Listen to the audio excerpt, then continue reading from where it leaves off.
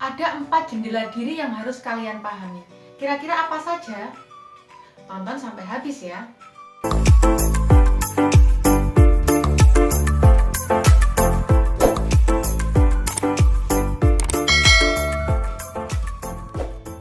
Assalamualaikum warahmatullahi wabarakatuh. Selamat datang di Ifles Channel. Bagaimana kabarnya? Saya harap kalian sedang dalam keadaan yang baik-baik saja dan selalu sehat ya. Pada kesempatan kali ini, kita akan mencoba bersama-sama mengamati diri kita sendiri. Seperti apakah diri kita?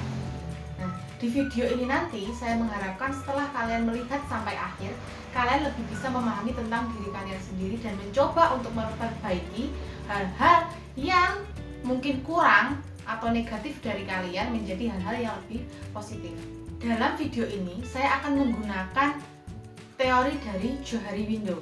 Jadi ada 4 ruang dalam diri seseorang. Ada 4 jendela pada diri seseorang.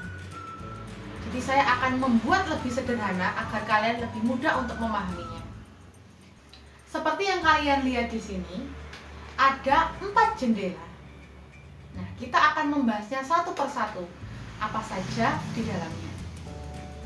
Oke, yang pertama, jendela yang pertama adalah saya tahu dan orang lain tahu.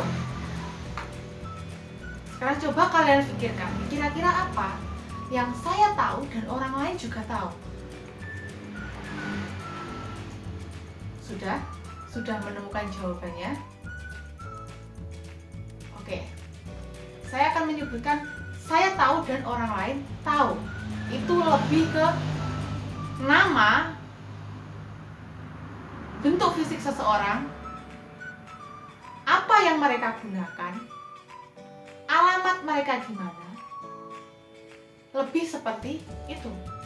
Jadi lebih ke fisik yang bisa diamati, seperti yang saya jelaskan tadi, yang bisa diamati oleh orang lain tanpa kita harus membicarakannya, seperti nama tadi. Itu orang lain tahu dan kita pasti tahu. Alamat orang lain tahu dan kita juga tahu. Oh, orang itu gemuk. Oh, orang itu kurus. Orang itu pakai kacamata dan orang yang itu tidak pakai kacamata. Orang itu berambut gondrong, yang satu berambut keribu. Nah, seperti itu termasuk di ruang saya tahu dan orang lain tahu. Yang kedua, saya tahu dan orang lain tidak tahu. Kira-kira apa? Kalau saya tahu tapi orang lain tidak tahu. Sudah ketemu jawabannya? Oke, saya tunggu. Sudah? Saya tahu dan orang lain tidak tahu. Oke, kita bahas bersama-sama. Saya tahu dan orang lain tidak tahu, itu lebih ke perasaan kalian. Apa yang ada di hati kalian. Kalian tahu dan orang lain tidak akan tahu. Seperti itu. Jadi apa yang kalian pikirkan, apa yang kalian rasakan saat kalian tidak mengungkapkan, hanya kalian yang tahu dan orang lain tidak tahu. Sebagai contoh, mari kita lihat ilustrasi berikut.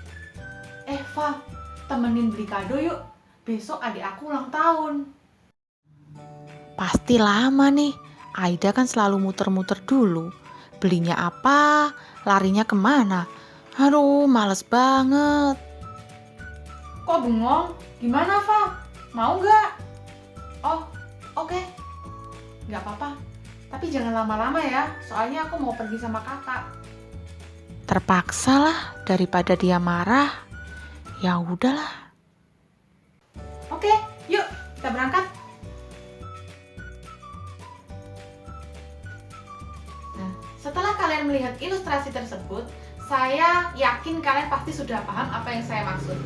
Jadi yang dimaksud saya tahu dan orang lain tidak tahu itu adalah isi hati kalian, keresahan kalian, ketakutan kalian, seperti itu. Dan itu hanya kalian yang tahu, bukan orang lain. Yang ketiga, yaitu saya tidak tahu, tapi orang lain tahu. Saya saya tidak tahu, tapi orang lain tahu. Kira-kira apa ya? Coba kalian pikirkan, kira-kira apa? Sudah ketemu jawabannya? Saya tidak tahu, tapi orang lain tahu.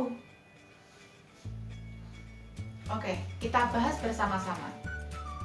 Saya tidak tahu dan orang lain tahu, itu lebih ke sisi negatif kita. Kebiasaan-kebiasaan buruk kita. Biasanya seperti itu. Kebanyakan seperti itu. Yang seperti apa? Sifat atau sikap buruk kita yang seperti apa? Coba kita lihat ilustrasi berikut. Nur, kemarin si Ana masa ngefitnah si Aida. Katanya si Aida itu banyak ngomong, suka membenci tangga, sama temen gak baik. Banyak pokoknya mereka tuh mulutnya itu benar-benar pedes banget kalau ngomongin temen. Oh iya ya, gitu ya ternyata anaknya ya. Seperti itu. Ini anak apa nggak sadar ya ngomongin temen? Padahal kelakuannya sendiri nggak ada bedanya sama yang diomongin. Kok bisa ya dia itu bicara seperti itu sama temennya gitu loh. Gimana perasaannya itu? Ya ampun, aku tuh gak habis pikir kenapa dia tuh bisa ngomong kayak gitu ya. Kelakuannya sendiri itu loh gak baik. Bisa-bisanya dia itu membicarakan temannya. Ya ampun, itu iya gak sih? Bener kan? Apa yang aku katakan tuh bener kan? Seperti itu. Apakah kalian sudah memahaminya? Saya harap dengan saya memberikan contoh seperti itu, kalian lebih mudah memahami. Jadi, bagaimana cara mengatasinya saat kita tidak tahu tapi orang lain tahu? Dengan cara kita menanyakan hal tersebut kepada teman dekat kita. Jadi saat kita ingin merubah diri, kita tidak bisa sendiri. Kita harus membutuhkan orang lain. Kita selalu membutuhkan orang lain. Dan orang lain tersebut biasanya adalah teman di sekitar kita. Dengan cara seperti apa? Kalian bisa menanyakan kepada teman kalian, kira-kira perbuatan buruk saya itu apa aja?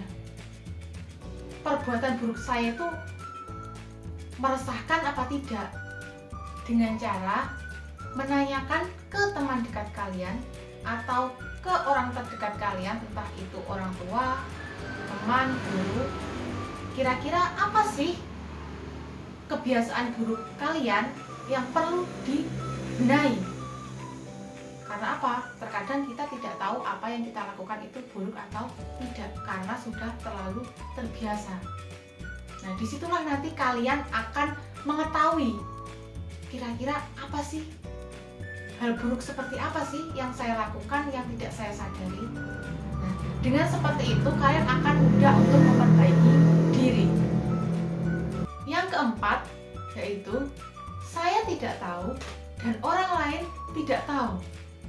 Kira-kira apa yang saya tidak tahu dan orang lain tidak tahu? Coba kalian pikirkan terlebih dahulu. Sudah ketemu jawabannya? Adakah yang berpikir jodoh, rezeki, dosa, pahala, atau bahkan kapan mati? Itu terlalu jauh. Kalian tidak perlu memikirkan sejauh itu. Coba sekarang kalian pikirkan kalian sebagai seorang pelajar. Kira-kira apa yang saya tidak tahu dan orang lain tidak tahu? Oke, saya akan memberitahu kalian. Yang saya tidak tahu dan orang lain tidak tahu adalah bakat yang kalian miliki. Kenapa bakat? Karena kalian tidak tahu bakat kalian sebelum kalian mencoba. Saat kalian belum mencoba dan kalian tidak tahu, tidak mungkin orang lain juga tahu. Jadi, saya selalu menyarankan untuk seluruh siswa saya selalu mencoba hal-hal baru yang bersifat positif. Ingat ya, jangan mencoba hal baru yang bersifat negatif atau buruk. Cobalah semua hal baru yang bersifat positif. Saat kalian mencoba hal baru tersebut, kalian akan mengetahui kalian berbakat di bidang itu atau tidak. Dan saat kalian sudah mengetahuinya, orang lain juga akan tahu. Disitulah kenapa bakat masuk dalam saya tidak tahu dan orang lain tidak tahu. Seperti itu. Bisa dipahami semuanya? Itulah 4 jendela atau 4 ruang dalam diri seseorang. Apakah bisa dipahami? Nah, sekarang tugas kalian adalah buat daftar sifat dan sikap kalian yang baik dan yang buruk. Setelah itu, bandingkan antara sifat dan sikap baik kalian dan sifat dan sikap buruk kalian. Kira-kira banyak yang mana? Yang baik atau yang buruk? Nah, di situ nanti kalian bisa melihat seperti apa sifat baik dan sifat buruk kalian. Dan saat kalian melihat sifat buruk kalian, kalian bisa mulai perlahan-lahan merubah sikap buruk kalian itu menjadi sikap yang baik. Demikian 4 jendela dalam diri seseorang atau 4 ruang dalam diri seseorang. Semoga informasi ini dapat membantu kalian untuk lebih bisa memahami diri kalian sendiri. Sekian saya akhiri. Wassalamualaikum warahmatullahi wabarakatuh.